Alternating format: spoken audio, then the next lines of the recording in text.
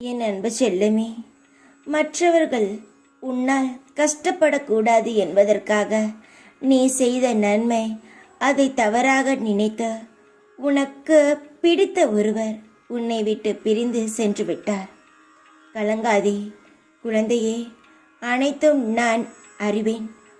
உண்மை ஒரு பொழுதும் தோற்காது. ஒரு நாள் உண்மை புரியும். நான் புரிய வைப்பேன்.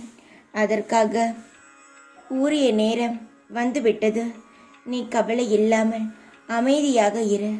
நீ யாருக்கும் எந்த ஒரு தவறையும் செய்யவில்லை. நன்மை செய்தாய், ஆனால் அதுவே உனக்கு தவறாகிவிட்டது. உன்னை மற்றவர்கள் தவறாக புரிந்து கொண்டார்கள்.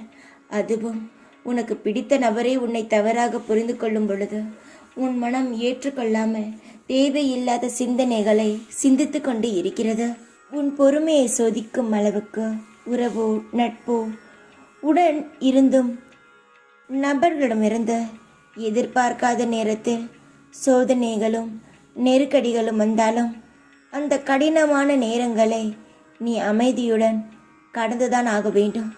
உனக்கு பக்கபலமாக நான் இருக்கிறேன் என்பதை மறந்து விடாதே.